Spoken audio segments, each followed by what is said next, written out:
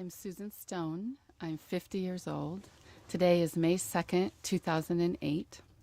We're in Sacramento, California, and I'm interviewing my dad. I'm Fred Stone. I'm 79. Today's date is May 2nd, 2008. Our location is Sacramento, California, and being interviewed by my daughter, Susan.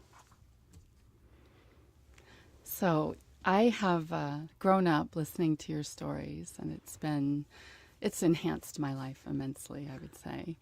And I'm just really excited about an opportunity to capture some of your stories for other people in our family and my kids and their kids. So I wanted to just ask you, Dad, about, life as you knew it, which was very different than life as we've known it, growing up as the 11th child out of 12 and being born at home on a farm and that farm life in rural Northern California. So I just want you to talk a little bit about your family history. And We grew up, we moved to a farm 8 miles south of Red Bluff in Northern California in 1931. I guess I was 3 years old. I don't remember the move. But as I stayed there till I was 18, and in the early years, we were very poor, but I didn't know it. Everybody was poor.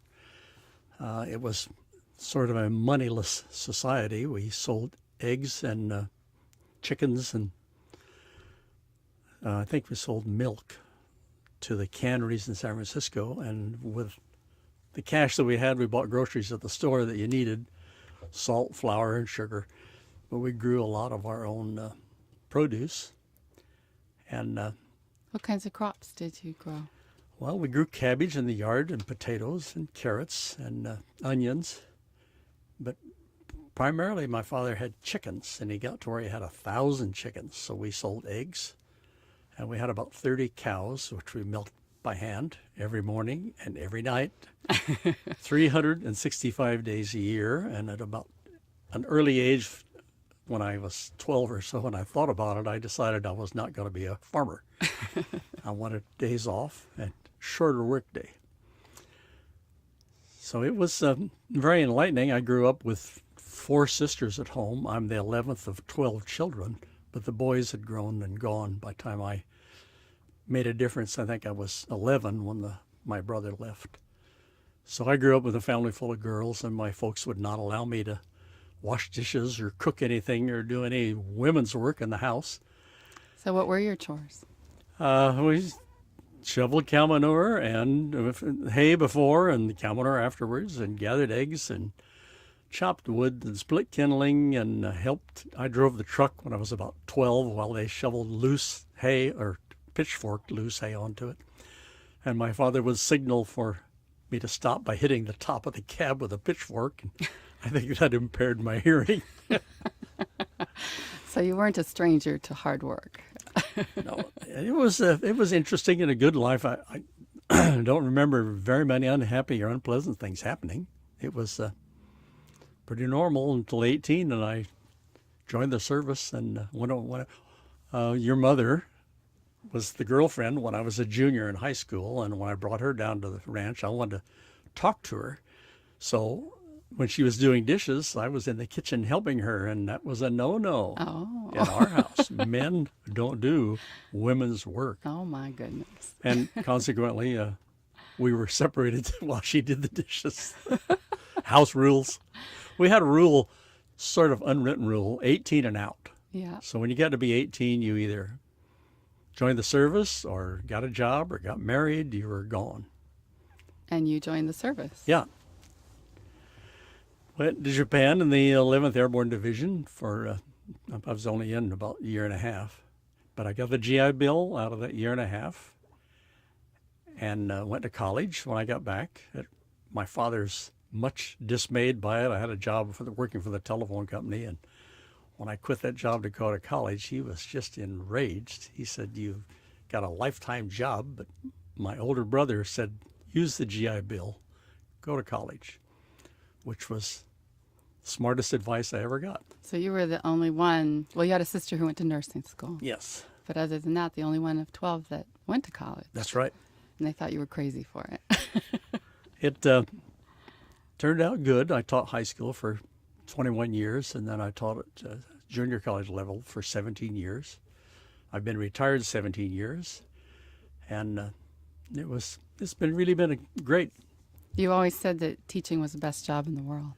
Yes, you had summers off, and I try to encourage my grandchildren to look into education because it's a short work week, and summers off, and retirement is very good. So I want to go back and talk more about your family and where they came from and the stories that your dad told when he was 80.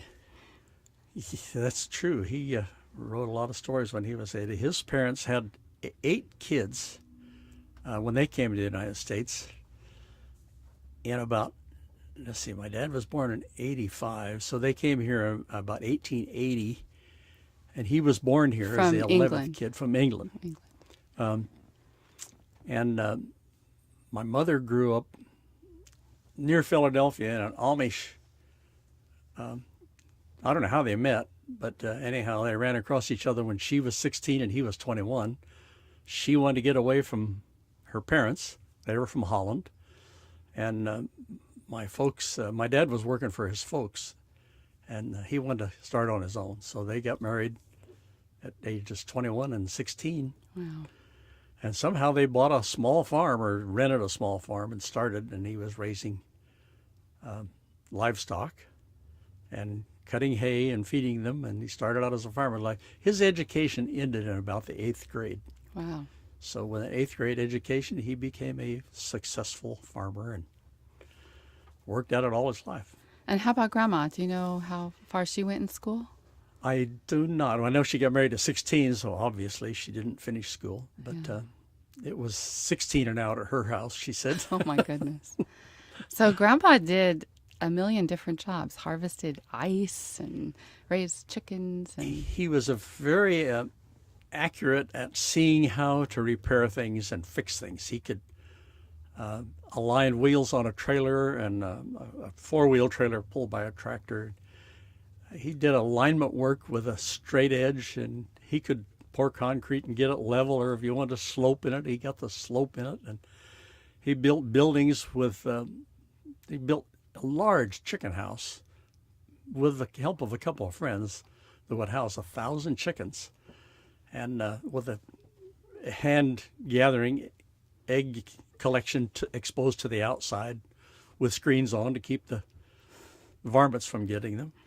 But he was really very capable, very inventive, and for an 8th grade education, amazing. yeah. That he could do so many things, fix cars, overhaul engines, and it was anything. He always said, anything you want to do, you can do it. Well, I'm pretty sure I grew up hearing the same words. And you're a pretty capable guy, too. And I feel really lucky to have inherited a little bit of that from you. A lot. Yeah. We poured concrete here a couple summers ago. Yeah, we did. We fixed a driveway, huh? So back to life on the farm.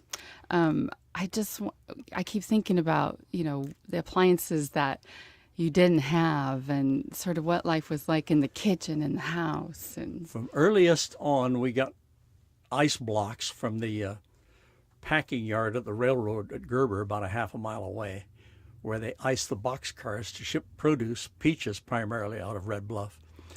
And we brought those home and put them in a top of a ice box, and everything was kept cool. And then I remembered it, so I would guess in the mid-30s, we got a refrigerator, and we could make popsicles. wow. And it was a large event in my life, was to have and then things got motorized. We sold the cream to the East Bay Cannery Company, who made butter in the Bay Area.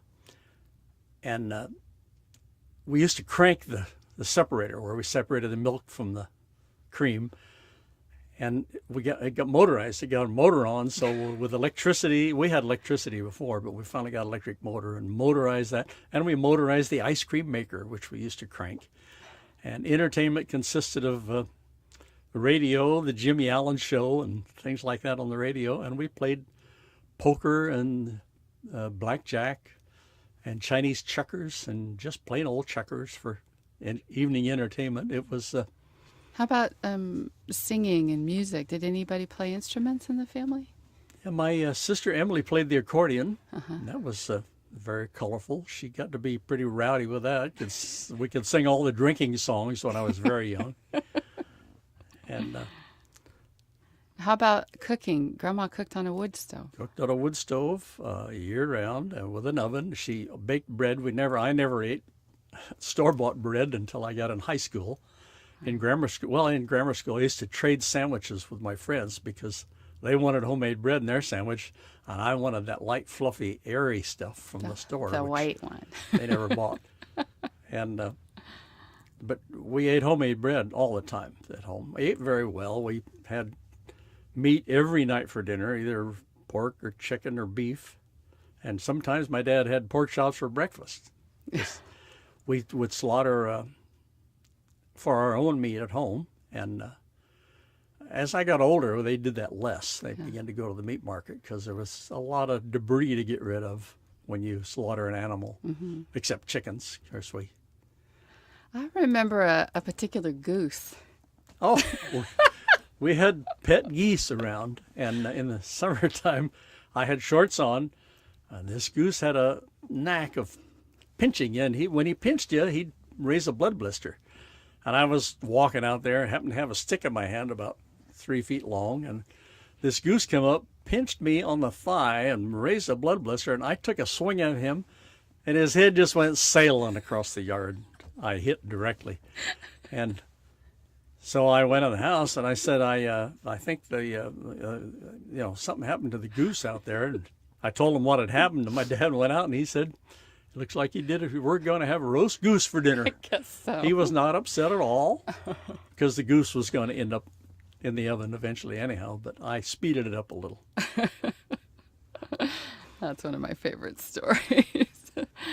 And my brother Guy said that, well, you and Guy have done a lot of fishing together over the years, but he said you guys ate a lot of salmon. That's right.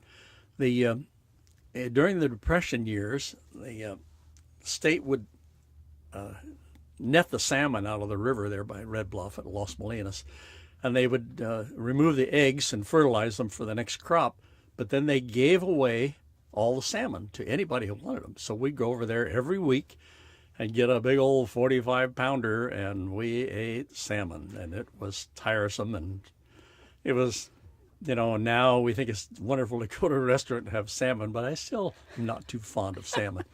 But there would be, 30 to 50 people there and get a free salmon that had been stripped of the eggs, and they gave it away free whenever the salmon were running. I don't remember the season, but a lot of people gathered there. You guys were resourceful. Yeah, it was. So I want to hear more about school and what school was like when you were a kid.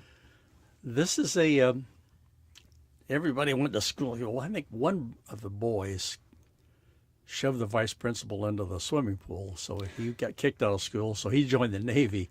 That was Henry, third from the oldest. But all the rest of the children, out of the dozen, 11 completed high school and got their high school diploma, which is a normal achievement expected of teens at that time. And we raised our kids the same way, that you're not through until you finish 16 years of school. Yep. Thank you for that. College degree, then you start. But high school was about 12 miles away, and in grammar school, we could go barefoot. It was fun. Gerber, about a mile away, we rode a bus. But in high school, I got to drive because I got a license early during the war so that I could do farm work, and I could get to work with an old car that I had, a 34 Chevy. And we were big shots at high school because all the boys who lived in the country drove cars. And the kids who lived in Red Bluff didn't have cars. So we had a parking spot to park our cars, and it was a big-time status symbol to have a car of your own when you were 16 if you lived in the country. Is that how you got your girlfriend? You had a car? It helped. It helped. And she had a scary dad, as I recall. Remember Mr. Hornbeck, who was kind of an intimidating fellow? He was, well, he chased off, your mom had an older sister, 2 years older. She was my age. And he had chased off all the boyfriends when she was growing up. So when I came along, had a crosshairs on me. And he tried to discourage all the boys from invading his territory when his daughters were too young. And I believe your mom was, I guess, 15 or 16, and I was about 17. And so he discouraged your attendance around there very often. And I come up one night with a friend and tippy-toed up and tapped on her window, and I heard these big footsteps coming down the hall. Thump, thump, thump. He was a big guy, but he wasn't very tall, but like a 200-pounder. So I ran out to catch my friend and get her right out of there.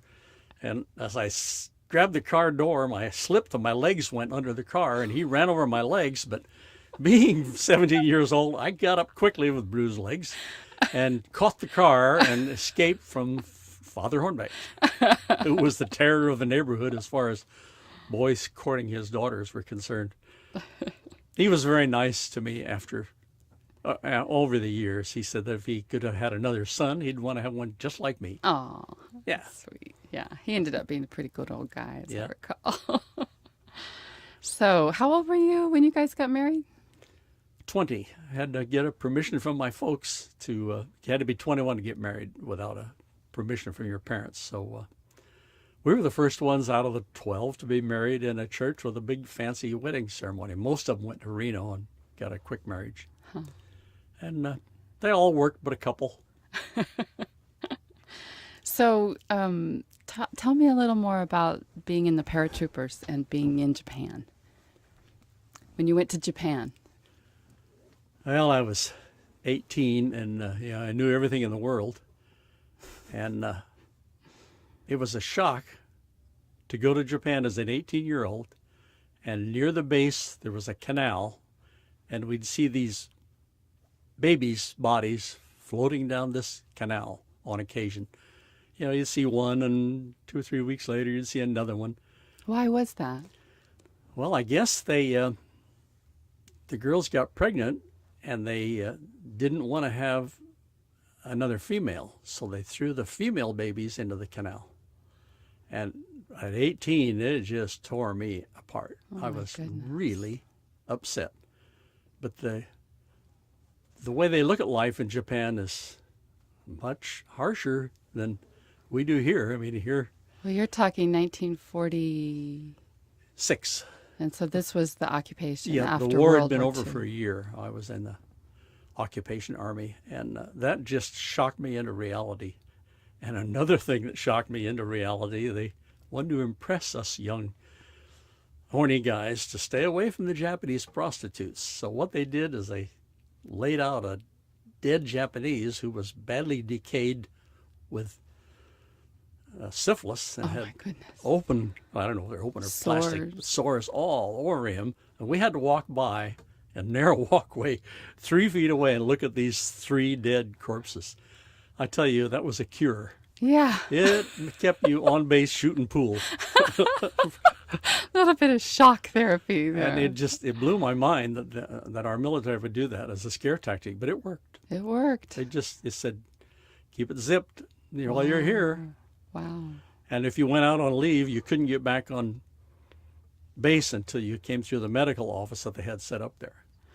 So it was a very impressive way to get your attention. So you traveled to Japan on a boat, on a ship. Yeah. 30 days. How to many Japan. guys? About 3,000, but we thought it was terrible. They were stacked in hanging canvas hammocks. But some of the members of the crew said, this is nothing. When we took people to the Philippines, we took 7,000 men on the same ship.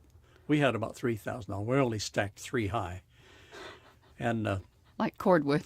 the guy in charge of the KP hated paratroopers. So, of course, when we got on, we were put on KP, and I peeled potatoes and onions and other good stuff all the way to Japan for 30 days. But we ate good because we were in the kitchen where the pork chops and the steaks were. And when you got off shift, you talked to the cook, and if you had brought him a bottle of whiskey. We ate very well in the KP crew. So if you work in the kitchen, Yeah, you get to eat pretty good. Working the system. On the trip back, we came back through Yokohama to Seattle, and that was another month on the Admiral Wiggle. And I couldn't believe when we got off that ship in Seattle in February, the ice was freezing on the trees. It was colder than a mother-in-law's heart. And my favorite expression to my mother-in-law. Who didn't have a cold heart at all. No, she was wonderful. But it was cold in Seattle, and it was amazing that the same latitude, Japan, got a Pacific current, that they grew rice there. It was balmy, warm, nice winter, good climate. Seattle was cold. I was glad to get out of there. So the other thing I wanted to have you talk about is playing football in college. You weren't a big guy. No, I was about 5'8", 160, but I was 21 or 22, and most of the fellows on the team were right out of high school. They were 18. 3 years makes a lot of difference, and I was a ex-paratrooper, and I had been the boxing dummy for my friend who was on the boxing team. He put a helmet on me and a cup on, and then he'd beat the crap out of me while he trained for his fights. While we were in the service, he was Ralph Aerosmith from Red Bluff, and high school friends, and he made it on the boxing team. He didn't have to work at all. He just boxed year-round. Wow. Very good boxer. But he finally got his clock cleaned badly in the finals down in Tokyo, and I don't think he's fought anything since. So you were tough enough to play football? At Taft, yeah, the coach, I think we started to tackling practice.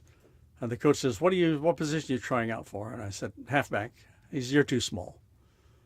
And I was kind of funny. And so tackling practice, I thought, we'll find out. So I smacked this guy and knocked him down and hurt his knee, and he was their star halfback.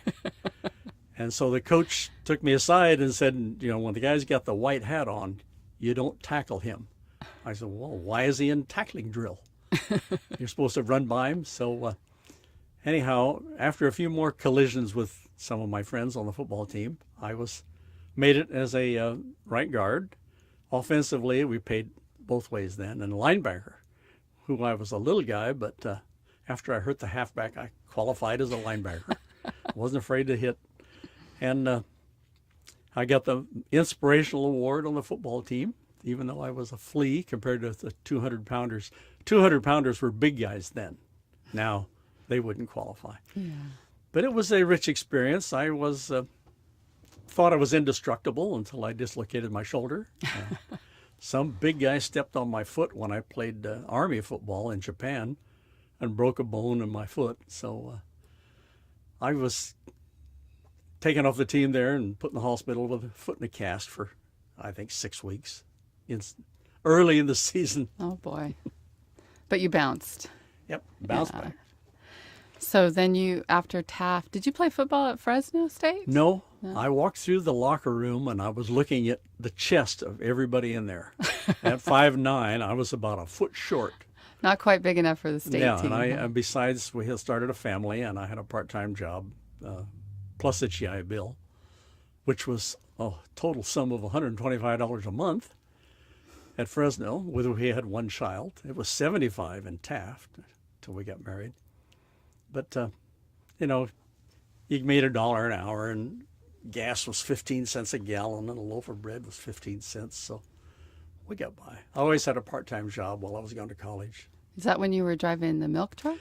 I drove a milk truck in Taft for 2.5 years. It took me 5 years to do 4 years of college, and drove a milk route residential for a while, but I finished early so I could get to my classes, so they put me on a commercial route.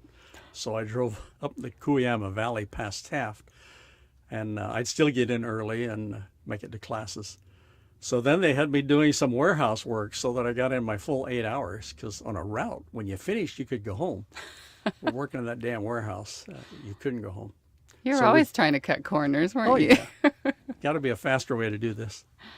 And then wasn't there a few hijinks out there on the oil fields when you guys lived down there? Yeah, gasoline was very expensive, 15 cents a gallon, and they had a lot of natural gas lines, and the natural gas condenses into what they call drip gas. Well, the oil field people would drain the tanks where this condensed natural gas collected. And so we would go out in the evening in the shade of the moonlight and siphon these drains like with drip gas and burn it on our cars because it was free rather than 15 cents. Was it a little high octane? It was or- very high octane, worse than aviation fuel, no lead in it. And your car only ran about 10,000 miles and it burned the valves. But it was free gasoline, no taxes for the government. And they discouraged us, but the gentlemen who were doing the patrolling, they had their radio turned up loud on their car and they had their headlights on high, and they let you know that they were coming. So they didn't really want to catch you. They wanted to make sure they scared you away. But So they didn't have to catch you. No. I don't know what they would do. You know, these are old guys in their 50s cruising around, patrolling the area. And even in the yearbook from Taft Junior College, they got a picture of a guy at one of these taps collecting drip gas and avoiding the taxes and the fees for it. So we drove cars free, and we learned how to do a valve job on a car very quickly. Wow. And you had a few brothers that were pretty good at working on cars, as I recall.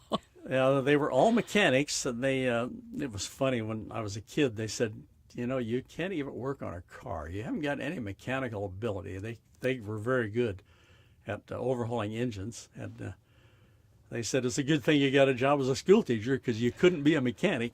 Well, I was kind of glad too.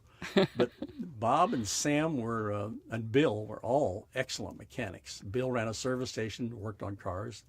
My brother Bob was a mechanic for Standard Oil in the oil fields, and Sam was a police officer in Oakland during the war. But I remember him as the Volkswagen man. Yeah, he always had Volkswagens, and he worked on them constantly and quickly. He taught me how to work on Volkswagens, which are pretty easy. Aircraft engines, a lot easier than an American car engine. Huh. So your first job as a teacher. Oh, that was a rich experience. I was aged old 25 years, and the 18-year-old seniors thought I was a bit of a child. And so This was in Woodland? yes, in Woodland, one of the first experiences I remember was they had made a junior high school teacher cry who taught a shop class. Oh, boy. And one guy said to the other, loud enough for me to hear, well, how long is it going to take us to make this guy cry? Well, I had a 2x2 about 3 feet long in the wood shop laying on the desk, and I whacked it down over the table and broke it in half, and it went flying 10 feet in the air, and everybody sat up, and I said, it'll be a cold day in hell when you make me cry. I said, I just got out of the Army, and I was a paratrooper in the Army, and this place is going to be run the way I see fit. Never had a bit of problem with a class. The word got around that guy's crazy. I had one that was really, it was later years of teaching. I don't know, about the 10th year, I suppose, that I had a kid who used some terrible personal profanity towards me in a classroom. And I told him, leave the room. Go to the vice principal's office. No, he's not leaving. He wasn't. I said, come on, leave the room. He wouldn't shut up. 32 guys. So I went back and got him by the collars, and I've taken him to the door, and he's pushing and fighting and everything, and he bumped his head on the door trying to get out. Cut his head open. Well, a head wound bleeds terribly. So we finally got him out and got him up to the office, and so the principal came out, and he said, I think you better. A couple of days later, he said, I think you better come up to the office about 10:30. That boy and his mother are going to be here.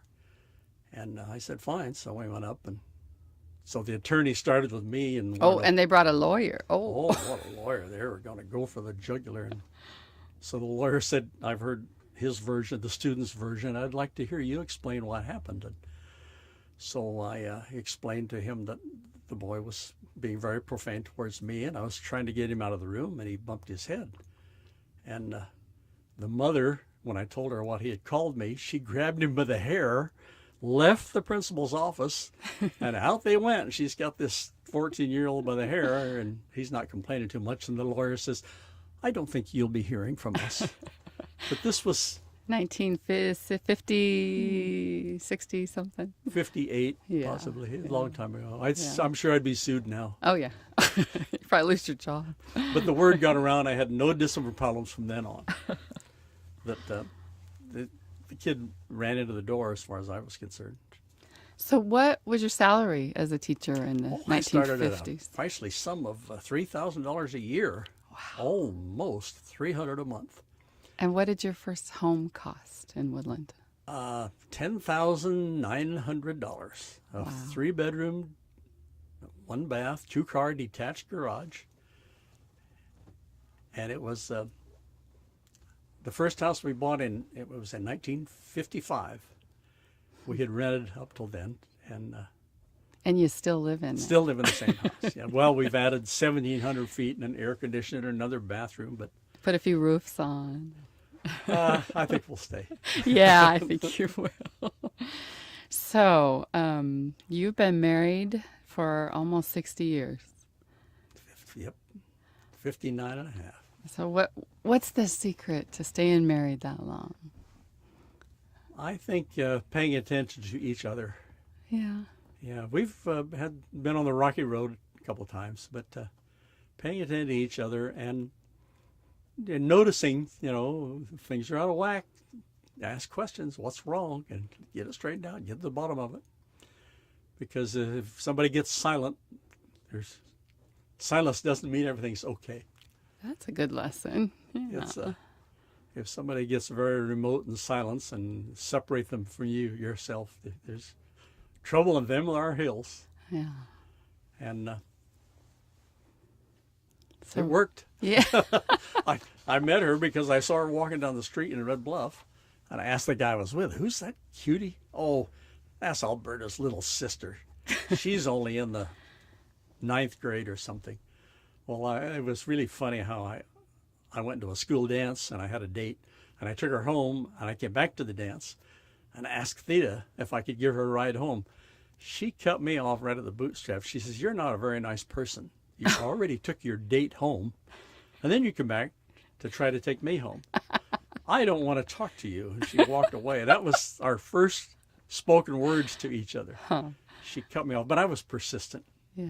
I think you've been courting her ever since. Well, it's been an amazing lesson in love to witness your marriage over all these years. So my last question is, who were your greatest teachers in your life? My teachers, I think Mr. Hill, the vice principal who taught aeronautics and history at Red Bluff High School, was the most encouraging guy. He always was upbeat. He told me, he said, you're the 6th of 6 sons. And he said, you've got to do better than all of them. He said, it's expected of you. You're the cleanup batter here. Uh-huh. And he impressed everybody in the class, not just me. He talked to all of us that way, that aim high, try to do your best, and try to achieve and get there. Don't settle for working at a service station or working on a lumber mill like I thought I probably would when I was 10 or 12 years old. But as I got older, I thought, I don't want a blue-collar thing where you get 2 weeks off. And the reason I ended up teaching, my college football coach taught drafting. He didn't know anything about it. And I had a knack for it, and I helped everybody in the room, and he said, you ought to be a drafting teacher. He said, you're a natural. And the rest is history. Yeah. So what advice do you have for my children and my children's children? Be a teacher. I think it's the best job. It's the most satisfying to have students come back. At City College, they came back and said, you were pretty close to real, but there's more changes on a job than you taught. And I said, that'd take forever if we spent a lot of those changes. but they were very. They said we were very close to reality. I locked the door at 8 o'clock, and if I worked for a guy who, if you were late, you're fired, you're gone. And I told him that you're going to have employers that are like that. If you're not inside on the premises when he says, you're history. And so I taught punctuality to junior college students, and they came back and said, "God, you were right. My boss is just, week's pay. He'd fine you if you were late." It was interesting. And the payback from the students was really good. I always felt good about teaching. It never felt like work.